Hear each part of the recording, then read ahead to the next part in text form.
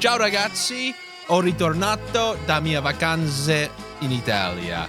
How have you guys been? Last episode I made was right before I left for a quick June early summer vacation in Italy. And now you're going to get the immediate episode after I have returned from Italy. Ho ritornato. I think da is from da Italia. I told you my Italian is pretty good. Decent enough, so much to the point I got by when I was there. And I know some other countries are like this because, you know, we are those classic arrogant Americans where we expect everybody else to speak English. Italy was one of those countries, especially, you know, the further you got away from the cities. If you make a decent effort at speaking their language, oh my God, their attitude towards you, they love you. Maybe that's just the disposition they had, but when you made a concerted effort to speak their language, I mean, let alone, I know a decent amount of it, but I got some grade A treatment, but we'll get into that in a second. There's a whole hell of a lot that we have to go through. I didn't just wake up and I was in Italy. There was a whole process to get me there. You know, that process of international flying. Everybody has their own rules, standards, and practices when it comes to flying internationally. Some people, they arrive there a full day ahead of time. They're sleeping in the airport. That's how early they want to be. I know one of the big issues is like when you go to somewhere, whether it's Europe or even if you go to Asia, how am I going to get on that sleep schedule? Is there going to be how am I going to get on their schedule? They tell you. Now, I don't know well enough to say if this is a scam or not, but that trick that they tell you to do, you got to fast before you go over there. You got to starve yourself before one of the longest flights that you'll ever be on. So one of the most unpleasant processes you can ever imagine, flying across the world, you're going to have to do that on a completely empty stomach. No, not a freshly empty stomach. A fasted stomach. Yeah, because then when you get there, then it just resets you because you eat and now you're in the day. I go by a polar opposite approach. Aside from the fact I don't have to worry about that because I think I sleep about 7 hours ahead of all of you. You guys, you go to bed and I typically am going to sleep 7 hours after you. So when I arrived in Europe, it's like, all right, well, I'm finally on a normal person's time. So there was no worry for me in that regard. But typically when I'm flying any sort of long flight, even if I'm going to Los Angeles, rather than fasting, I try to time it out so I have the largest meal you've ever seen in your life the millisecond before I either leave my house, apartment, or if I'm getting a ride to the airport, I'm eating half at my place and then the last half on the way there. So that last bite is taken so that I have a fully, oh my gosh, you see that? Just totally full stomach on the way there because you can never rely on plane food or anything like that. You just want to be completely full so you're not worried about that. You're not the guy trying to scrounge that dinky airport meal that they're charging 8 times as much as they should be for. I really did. I got chicken parm, buffalo slices, and I was completely full heading on that plane. So no fasting for me. I don't even know if that's a real thing to begin with. I stuffed my face before going on that long flight. Exactly. And then I get to the airport, and one of the other scams, I've been talking about this for a while. I just don't fly internationally enough to actually really get behind this. But the whole, you got to show up 2 hours before international flights. Every single time I do that, when I go to Iceland or here, or even when I went to St. Martin a couple months ago, I just go right through the security just as if it was a flight to St. Louis, and now I'm sitting in front of the gate like an asshole for like an hour and a half. That whole 2 hours for international flights, it's a scam. That you don't need to be there 2 hours. It's not like there's some extremely lengthy extra process that you have to go through. Now, I know some of you are probably cursing at this. No, but they have to. No. Every single time I've done it, it's been, if you take your stopwatch, time me in the front door, and time me at the gate, it's been no different from my domestic flights. They just want to scare you into getting there early. So that's something that happened now. You know, that's one that, whatever, I'll honor it. But to be honest, I could have showed up like the McAllisters for this flight, and I would have been just fine. I got right through because one of my specialties, and this isn't really a specialty, I'm always flying on off-peak days, off-peak hours, rusty Wednesdays, Tuesdays, Thursdays. Those are my happy days when it comes to flying. Considerably less traffic, considerably cheaper prices, and considerably less wait times when you're going through the TSA or whatnot. So now that I'm in there early, what do? I have time. I have an hour and a half to kill. So you go perusing, and what do you walk by? One of the biggest scams there is. You want to cue up some scam of the week? It's a scam. That's a scam. What a scam that was. So this was all a scam, huh? The duty-free shop. The duty scam shop. Take me to the scam-D shop. Da, da, da, da. You don't have to pay taxes on large swaths of Kit Kat bars. Yeah, thank God I'm saving on all those Reese's Pieces. Yeah, I also saw CVS was having a 2-for-1 sale a week and a half ago. Those duty-free sales are duty-free scams. You can save on taxes. Congratulations. All those items that you see in a duty-free shop, they're frequently on sale.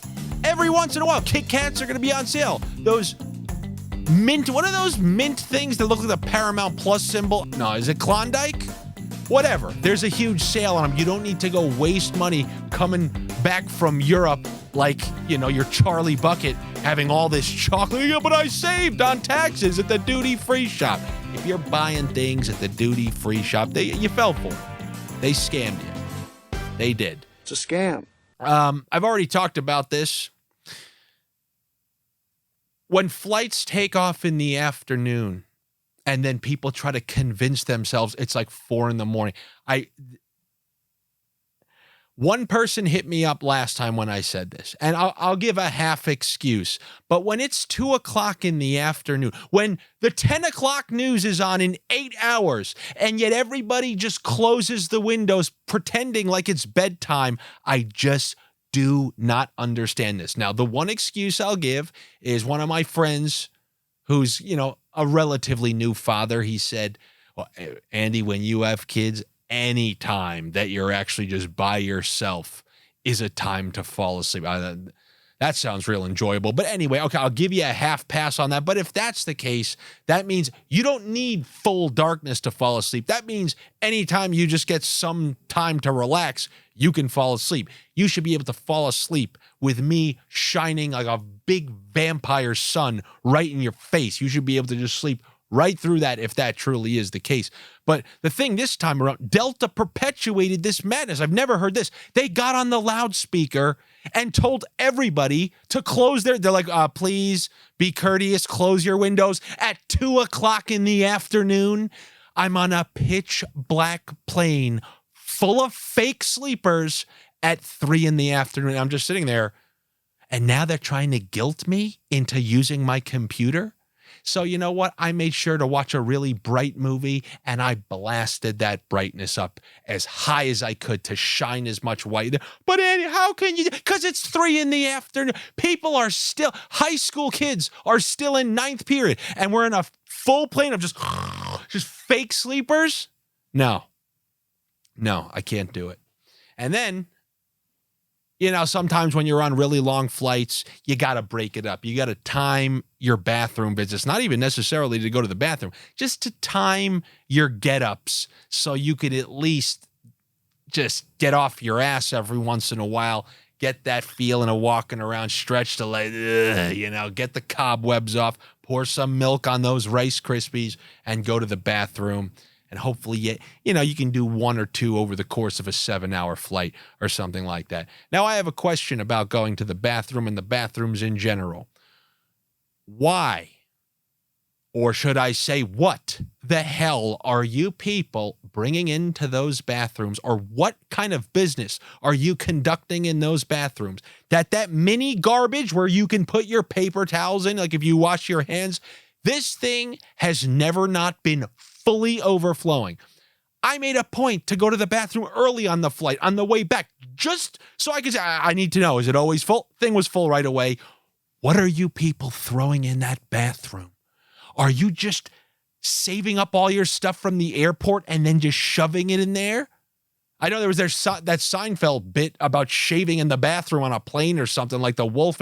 What is being thrown out in that trash in the bathroom, so much to the point it's always overflowing, and you know that you feel terrified to actually like try to push it in, because Lord knows what's going to come flying out then. But the next time you're flying, I urge you, check the bathroom, the little garbage to the bottom left of the sink. Yeah, I know you can try to just flush down the toilet or whatnot, but you know, you always have that fear if you flush a paper towel down the toilet on an airplane, they're going to know that you did, and you're going to be the guy, the sirens are going to go off. We got one. We told them not to. He's the guy who clogged the airplane bathroom toilet. So you don't want to do that. So you got to deal with that nightmare overflowing trash bin that's in those planes. So just something to keep note of the next time you're flying. I'm sure you guys will be thinking of that the next time you try to dry your hands. I mean, it's gotten to the point where I try to air dry them just so I don't have to use any of the paper towels. But we got through that. We landed in Italy, and like I said, I did my best to speak Italian, and I forgot a great deal. I'm one of those rare instances. You never really hear this. You know how some people go, well, yeah, I can kind of understand it. I obviously can't speak it. I can actually speak it, but I can't really understand it. I can't pick up all the words off the cadence, but if I have time to construct the sentences in my head, I can actually do it. Do you want to hear something crazy? Speaking of like foreign languages and knowing the languages and accents, this was true because I was thinking about this. When people speak to you in English, you know, they have all different kinds of sounding accents. And it reminded me of this story that I read just a couple of weeks ago. This is a relatively new story. There was a woman. Now, you're going to have to look up the details on this. I'll try to include a graphic. She was either from the UK or maybe even Australia. She had a surgery, and she woke up from the surgery with a Chinese accent. I know right now you're saying, what is this? I'm a Pee-wee's Playhouse episode. There's no way. No, there's video. A woman went under the knife. When she came to it, she had a permanent Chinese accent and lost her British accent. She spoke, I'm not going to do it because it's going to sound like a stereotypical Chinese accent, but that's what this woman sounds like. My name is Sarah Colwell. I am 40 years old. I live in Plymouth, born and bred here in Plymouth. About 5 years ago now, I had a stroke-like event. So in the subconscious of her mind, whenever she heard a Chinese accent, it got stored in there somewhere. She came out of this surgery. I'm pretty sure it was a surgery and not something crazier like a coma. But when she came to it, this woman had a full Chinese accent. And I listened to a tape of it before I recorded this podcast just to confirm, like, this isn't a true. I'm not being scammed with some, fake clickbait story. No, this is real. And I urge you, you know what? I'll probably include it as I'm talking about this at some point. But it's wild. I heard it and I was shocked. Because I can communicate, I can make a sentence. And do you want to know what they said? You want to know what they called this? Oh, yeah, it's foreign accent syndrome. It's foreign accent. These people, they're making up anything. They will say anything nowadays. They're removing planets, right? Oh yeah, it's Venus, Mercury, Mars. And then I've been alive for 20-something years. Yeah, no, that actually wasn't a planet. Well, how do you know? Because we say so. Okay, so now I'll tell people that's not a planet. They make up anything. They remove planets. They call restless leg syndrome because they see somebody just freaking out, shaking their. Oh no, well, that person's okay. They're a normal person. They just have restless leg syndrome. No, they're just a nut, and I'm probably right in that group. But they diagnose this foreign accent syndrome. No, that's not a thing. That's bizarre is what it is. And you got to get to the... Don't normalize this. Somebody doesn't go under the knife and then come out of it speaking Japanese. This is a wild thing, and it needs to be studied on some wild type of public forum so we can all figure out what the hell happened. How the hell can someone... oh, yes, I'm going into surgery. It's going to be one hell of a... And then you come, oh, I had to have... Oh, man, this is bad. I have great surgery. That's wild. So I'm hoping that I just need to deal with how things are now. We see so many wild things on a consistent basis that me telling you that someone came out from under the knife with a full Chinese accent, it might not even move the needle in your world. Congrats. That's how interesting your life has been. Wasn't as interesting in, ancient Rome. We'll get to that in a second because I learned a thing or two about ancient Rome, but that's not what I did right away. I ended the trip in Rome. I went out of Rome, and then when I got back, I ended in Rome. So I'll take you on a little trip. Relax. This isn't going to be a boring history lesson or anything like that, because when I go to vacation spots, I don't need to see I was going to call it Viagra Falls. I don't need to see Niagara Falls, not once in my life. I'm not driving to Niagara Falls saying, oh, that's one hell of a waterfall. And then I don't need to see those things. I go to experience the towns and what's going on. I'm sitting in those piazzas. I was Mike Piazza. If there was a piazza, I was in there sipping coffee. I sip so many coffees, and I'll even try to include a video of me sipping these things.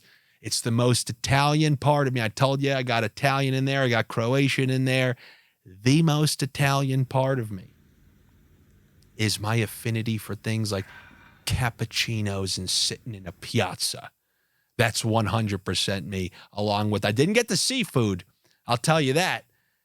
And speaking of the food, and this is unbelievably chalky to say, but I wanted to strike a chord with you because I want you to know, all of you out there, if there are any Canadian folk listening, if there's anybody in the middle of the United States, I know this is true for you guys. I grew up with incredible food. I grew up with food. I have European immigrant family. Like my grandfather was a cook on a boat during war. I ate the best Italian food you can ever imagine growing up. When you grew up and you went to your friend's house, whoever your friend was, whose family had the best food available, that was my house. Like if you ever watched that Sebastian Maniscalco where he had the chicken piccata when other kids had like turkey and cheese at lunch. Because I had the Italian lunch, okay? My lunch had to be refrigerated in the teacher's lounge, all right? Grew up with nothing but great meals, but still, I only say that to let you know the food in Italy, and especially if you get caught up in touristy places, if you're going to, oh yeah, we're going with all those to that spot with all the other Americans, if you just go off the path a little bit, some of the lesser visited cities, the food is beyond unbelievably incredible. And I know that's cliche to just say, you went to Italy. But no, I'm trying to let you know it's even better than that, because my taste buds, I have news for you, they're better than yours. I don't mean to sound arrogant, condescending. I've eaten, just the odds of whoever's watching this video, I've eaten so much better than you throughout the course of my life. And I'm only saying this not to insult you, but to truly let you know how good this food was that I had over there. And another great part about it, it was totally affordable, especially once again, you get out of the chalky, Rome and Florence, and you start going to some of the places you go to Bari and you go to Lecce and you go to all these places in between. You get a dinner there. The courses, €12 for an unbelievable pasta dish, another €12 for an unbelievable meat dish, and you're getting the courses there. You're getting the primo piatto, secondo piatto, the dolce. You're getting all that stuff. And it's under €50. So you're getting incredibly unbelievable, fantastic meals. And they're incredibly affordable. Wow, this guy's giving us a review of Italy saying the food is great. No, but I just want to let you know it is even better than you would think. So if you learned something, it's that the Italian food is good. Thanks, Chief. They do something that's kind of funny. They would cut you off. This is not something that they would ever do in America. Like, this food is so good. So you're like, oh my God, should I get the gnocchi? Should I get the ravioli? You're going back and forth. How about I just order them both? We'll split them. If you order two things from the same from the primo piatto menu, because, you got to get something from the secondo piatto. You got to get one of the meats. If you try ordering 2 pots, they'll cut you off. They're like, no, they'll tell you it's too much. Like, it's too much. They'll cut you off. Rather than they'll just let you turn into the biggest fat slob ever. Now, look, you can eat yourself into being a fat slob in Italy, that's for sure, and I'll get to that in 1 second. But they cut me off. They were like, no, it's too much. They'll tell you if it's too much. And that extends to beyond food.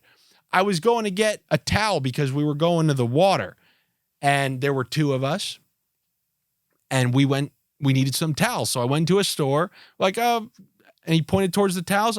I went to get 2 of them. And he was like, no, like, they're big. They're big. He was trying to tell me they were big enough. We don't need 2. This is just so anti everything I've ever been. Like, imagine a business owner telling you, no, you don't need 2. You only need 1. That's more than enough for the both of you. And it was this way with food. It was this way, like, with buying things. You only get your certain allotment. And even my dad was telling me that one of his family members, there was some sort of, my dad and some of his brothers, before they got to come to the U.S., they had to wait in a city outside of Rome. So from Yugoslavia, he had to wait in Rome to legally come to the U.S., as an immigrant. So while living in Italy, there was this one place where there was a specific cold cut that one of my uncles, he really liked, and they would cut him off. They're like, no, you can't have any more than that. You had your certain, I'll just say it was mortadella or something. There's only so much mortadella they would give my uncle, so that my uncle would send in my dad as like a decoy just to get a second round of it. So, these Italians, they're going to give you what you think is enough, but you're not getting any more than that. You're going to get what you deserve. I'm sure that some of you guys have seen this, whether it's been on Twitter or on a TikTok video. You'll see somebody online posting about how they just got back from Europe and they ate, normally I don't eat, I was eating pastas and this and that, and I actually lost weight. What do we put in our food? We're poisoning our people. I took all these posts that was my green light. Oh, I can wolf down all these pastas. I'll be losing weight. Yeah, that didn't happen. I took that as a green light, and I got news for you. I gained weight. I'm the fattest I've been in a long time. And, it was worth it because the food was goddamn good. But now that I got my early vacation out of the way, my summer goal, now that hockey's over, and I got a couple months here, it's getting my fat ass in shape. My fat post-Italian, ate every pasta under the sun ass in shape. And we're going to work on that. And I'll let you guys know how it's going. If I don't bring it up, it means we're not doing so well. But that's going to be my goal, to turn this bus around and to get things going in the right direction, because all those pastas certainly weren't any help. One thing that I loved about the food and the dinner specifically was that it's served late. They're late dinner eaters just like me. I mean, places, they would be closed until 7. They have this weird open-close schedule. They have a weird schedule when it comes to when places are open and closed, but places would be closed in like that 4:30 to 5:30. The places are just closed. They'd reopen for dinner at 7:30. Like, that's the earliest dinner you can get, and I'm a big fan of that. I'm a huge late eater, so this was right up my alley. I mean, that's how I wish all of you guys did. That's how I wish everybody did it. And, these places, like, they would close for 4 hours sporadically throughout the course of the day and then just reopen. And like, if you go to any of these places, I would not check Yelp, because I can assure you, like, whatever hours you see on Yelp, they don't apply. It seemed like people arbitrarily decided when their place is open. Like, if somebody got in a big fight with his wife, I'm not opening it today. I'm just not opening it. There were no like standard set of CVS hours to get your 2-for-1 Kit Kats that you missed out on at the duty-free scam shop. But this was one of the fascinating things. Like, there was a stretch of time and I was thinking like, wow, that's great. Every single place is closed in the afternoon. And it's like, that's telling you, hey, There's nowhere you could even go right now. There's nothing to do. Whatever you need to do, you better get it done now because nothing's open. So it's not like you can be goofing around anyway.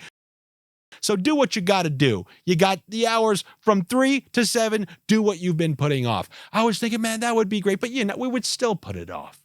We would still find a way to put it off. But it was interesting to see some of these places. I mean, some of the places I saw especially, there was this one place, and I took a picture to show you guys. I was in a small town in southern Italy, and on my way to a dinner, I just see this small convenience shop. Imagine you look, it's just like just one room. You can walk in right off the street and look around at some things, borderline like an antique. It was like an antique / convenience shop. I don't know how the stores work. I don't know what kind of clearance you need to open an official store, but something tells me the guy just converted his front room to a store, and there it was. So I'm in there, and, there's some weird, interesting antiques. I just saw a gas mask from Lord knows what year. That was interesting. And then I'm perusing around, and what do I see? A laminated photo of old Benito Mussolini himself. And who is Mussolini with in the picture? Well, he had a buddy that you may have heard of with a mustache who died in a Fuhrer bunker.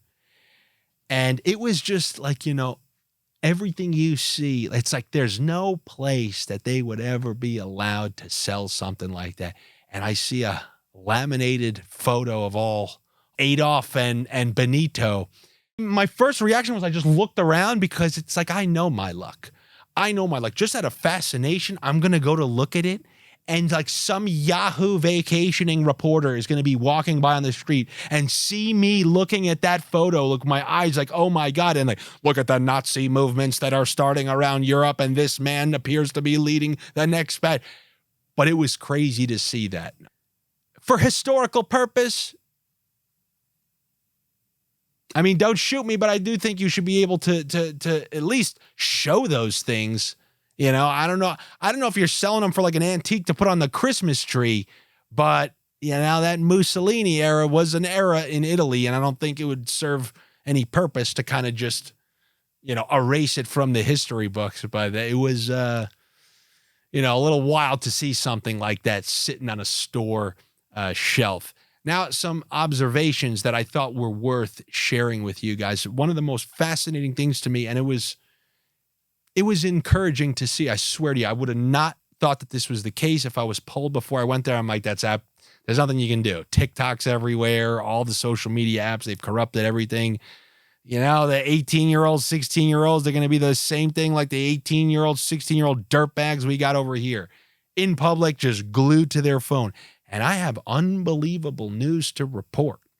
When I was around these piazzas, I tried to sneak some videos because so few people were on their phones that if I took mine out and started recording, I would stick out. So I didn't want to take my phone and record because I'd be the only one doing that. Everybody was hanging out like it was 2003 in the piazza. Oh, just big hand gestures, talking to each other, giving the unnecessary tap to the elbow, all that stuff. Nobody was glued to their phone. And it was unbelievably encouraging to see. Nobody's on their phones. I know. I see those videos too. No, it's my first night out. I know nobody is on their phone. Just look, just casually glance in all directions when you see people walking. Nobody. Only our asshole selves are doing it. I don't know. So I guess it's still out there somewhere. A lot of 2003 up in there. They had their phones. I mean, there were just as many iPhones in everybody's hands, but people were still just hanging out. And yeah, you expect that from the older crowds, but the fact that the kids and the teens who were hanging out, but that's another thing, by the way. I tell you, dinner starts at 7:30. People are eating dinner at 9:30. I saw legitimate 3-year-olds on the streets with their parents at midnight. Just strolling around town, strolling around at night. Children easily out at midnight, no big deal, nobody cares. I don't really object to it. It's just pretty interesting to see. But I'm talking about toddlers in their strollers right out there at midnight. So, I like doing things late. They like doing things late. They're not buried on their phone. A lot for me to like about some of the stuff that was going on there. As far as the heat went, I was a little bit on the luckier side, I'd say. There were a couple days in the beginning there. I got hit with heat in the beginning. And I think I told you guys in the last episode, I switched my vacation from August because I heard how hot it gets. And the fact that I dealt with a couple of really hot days in late June, I can only imagine. I would have been miserable. I would have had an awful trip in August. Thank God I went in June, because I'm here to confirm something. There was an article right before I left that went semi-viral. There was a heat wave in London, a quote-unquote heat wave, and it amounted to be like 79 degrees. So a lot of people were making fun of it, saying 79 degrees is an optimal temperature. And I typically, or for outside, and I would agree. Like, you would look at 70, like, that's not a heat wave. You know how miserable it gets in August? You're looking, I mean, I lived in Florida. 79, I would be dancing in the middle of the night if I could find 79. But I do have to say, I was there. One night I was walking around. I'm like, my God, how hot is it? I'm like, it's got to be almost 90 degrees. And I looked at my phone and it said 78 degrees. I think a European 80 is a different 80 than an American 80. I think something happens as that Earth is rotating, and then you factor in that Atlantic Ocean or something, because I even took a video. I was like, look at my forehead. I'm dying out here. And I looked at my phone like, this shouldn't be possible. It's 78. So if this was a couple weeks ago, I would have ripped on the Europeans who called it a heat wave. Now, I'm not. But then again, there are no air conditioners apparently in the UK because of how cold it is for the majority of the year. They thought they didn't need it. That's the craziest thing I've ever heard in my life. If there's one hot day a year, there's a huge need for an air conditioning. And there are more air conditioners in Italy than there are the UK. But these bastards are like my grandparents. They're real stingy when it comes to their air conditioning distribution. Now, obviously, I made sure that I stayed at hotels that had air conditioning, so we think, no worries, go ahead. You guys want to? I could always go to my room. It will be freezing and I'll be fine. But that was until I found out about the night checkup scam. It's a scam. That's a scam. What a scam that was. So this was all a scam, huh? I don't know if this is all of Europe, but every single location I was in Italy, Southern Italy, the Amalfi Coast, back up in Rome, they do this courtesy night room check around like 8 o'clock where they act as if, oh, we were just trying to see if you needed any towels. Do you want to know what they do as they, quote unquote, replenish your towels, which really don't need replenishing at that time? They lower your air conditioning significantly. Every room I stayed in, when I came back, because they do this at 8, and what are most people doing? They're out at 8, they're at dinner, they're doing their nightly activities, and it's a big scam they run under the guise of providing some just quick little tidy up at 8 o'clock at night. But really what they're doing is they're turning down everybody's air conditioning so they save on energy bills. Because if you think however many hotel rooms, you jack that up from 70 or 68, whatever the lowest they'll let me go, up to 80, think about how much money that's making them. So they implement this. Make sure that, give them one new towel and shut off that air conditioning. Some places, they just straight up shut it off. So after dinner, you got to go back to your place, re-crank the AC, and then re-go out again. It's an air conditioning European scam. And that one really was a clever one. I'm like, why is it? Because when you come home on a hot night, there are few better feelings in this world. This is one of those things when they say, the best things in life are free. When you are sweaty, it's a muggy night. You can feel this around most of the U.S. and probably Canada right now. We're getting some muggy ass days. I saw this Ricky Gervais tweet. I'll try to find it about how hot it's been. What feels better about hitting that ice box? It feels like you're from a foreign planet, like in Superman. And this is you've been in a different environment. You've been Arnold Schwarzenegger in Total Recall gasping for air, and then they open those doors. It's like you're breathing for the first time again. It's the best feeling. So few are better. And they screw you out of it by turning off your air conditioner. It's a scam. It's the European AC 8 o'clock scam, and I'm just bringing it to your attention so you know how to mitigate or at least expect that the next time you go, if you haven't gone on vacation this summer, or even if you go on vacation next summer, or the summer after that, or the summer after that, because they'll be turning off that AC for a long time to come, and I'm happy to let you know about that. When I was in the Amalfi Coast, you know what I saw up there? Saw a couple Bill Belichick's, take that boat to Capri. You're going to see old Billy with his 24-year-old and Carlo Ancelotti. You see him, for the Europeans out there. You see who he's with over there? Saw a lot of that. So that was interesting to see no matter where you go, whether you're in L.A., if you're by the water and you're by money, you're finding that old guy with the hot chick. We're on to Cincinnati. After I was done with Amalfi, made my way back up to Rome. And then this was the one part of the trip that, this was my chalky touristy spot. And I did some of the things that you would do. I didn't go to the Vatican. And in fact, they have so many churches, like so many pristine churches with so much history. And, I've kind of alluded to it. I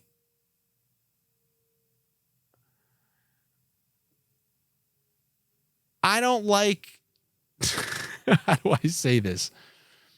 I felt it would be insulting for me to walk into those churches. It's so authentic there that somebody like me, that the fake American, I told you American churchgoers, they go to church on holidays and when they need something. I felt like these things were so, I didn't want to go in there. I didn't want to go in there because I feel like they would know, this guy's got some sins in there. You feel that? I feel like they would have felt my demonic energy walking in the U.S. Oh, I don't care. They're liars behind the thing. I'm a liar in front of the thing. Oh, yeah. What did I do? Oh, yeah. I lied to my mom once. Oh, yeah. But over there, I feel like they got the real one. They got those real high priests on high alert. And I feel like I would walk in there. It would be like one of those horror movies where someone's like, like they feel a presence walk in. You feel, the scams. What has this man done? And I just feel like they would hold out that cross at me. Like, I'm like, oh my God. Yeah, I know. One time I did this scam where, So I didn't go into many churches because they were so pristine. I just think it's disrespectful if I walk in there with my Nike shoes and jeans and a t-shirt. I don't know. I'm trying to be respectful, but I didn't go to the Vatican. But one thing that I did do, you can call it chalky. I went to the Colosseum. That was one of the things that interested me when it comes to like touristy sightseeing things. All the other things, it was a walk by. Oh yeah, it's the fountain. Okay, cool. All right, yeah, throw a quarter. Okay, yeah, the Islanders are going to be good next year. Okay, thanks. Oh, yeah, what's that? The Pantheon? Oh, yeah, cool guy was in there. There's a hole there. The thing comes to, oh, yeah, okay, all right, cool. But obviously, I wanted to check out that Coliseum. And apparently, I'm kind of lucky because they opened up the area underneath, like where the gladiators were, only 2 years ago. But, they said they restored it. And that was my big problem. Like, I was fascinated by the structure. Like, wow, this structure was here. But all I kept thinking in my head was, yeah, but did they just build that like in 1941, that area? And I just kept thinking, I was looking at something and like, I was looking at the ground like, oh, yeah, those ruins have been there. I just felt like some things I would turn a rock upside down. I'd see a Home Depot tag on it. I needed to know which things truly, yeah, some guy had to take a piss right there, and that's what it looked like when he did. So it was absolutely cool. But I don't know. Maybe it's just a little bit of a cynic in me. This lady's taking us around, giving us a tour. I'm telling you, some of the stuff they just make up. Some of the stuff they just make up. That they have to. They have to. But really, we had a tour guide take us around. She's like, and I got like my degree and I got my master's in ancient civilizations or ancient Rome. And I was just thinking, like, all right, well, other than this exact job of walking people through the Colosseum, how the hell is that going to say? How many thousands of dollars did that degree cost? And what else can you do besides walk me through this Colosseum right now? I will say I enjoyed it. She told me one too many stories. Like, she did the post-Colosseum tour too. Like, oh, no, come next. Nobody wants the next door to the Colosseum tour. She gave me the next door to the Colosseum. And then when they got injured, they were sitting it here. And look, that's where they took the kind of injured people back. I'm like, I don't care. I don't care. Show me where those lions came out of. Show me something. Show me some Commodus hallways. And yeah, that's basically kind of what I wanted to know. But that was pretty interesting. I will say that. The fact that it's just kind of plopped right in the middle of the city. There was a McDonald's 2 blocks away from the Colosseum, which it doesn't sound like a good thing if you ask me. That's the Colosseum. Look at us. We're surrounded with history. The Trevi Fountain, the Pantheon, the Vatican, the Colosseum, and bacon double cheeseburger at McDonald's, the Golden Arch. Yeah, I don't know. So some of those ruins, I was calling them like the Party City Spirit Halloween ruins, like the Home Depot ruins, and maybe there was a certain extent of that, but it definitely was interesting. There was one person, like semi-crying, who left flowers for Julius Caesar. What's going on? What is going on? What has happened, without insulting too much? But you're crying, leaving flowers for Julius. This didn't happen 2 weeks ago. I'm pretty sure Julius has handled it all right by now.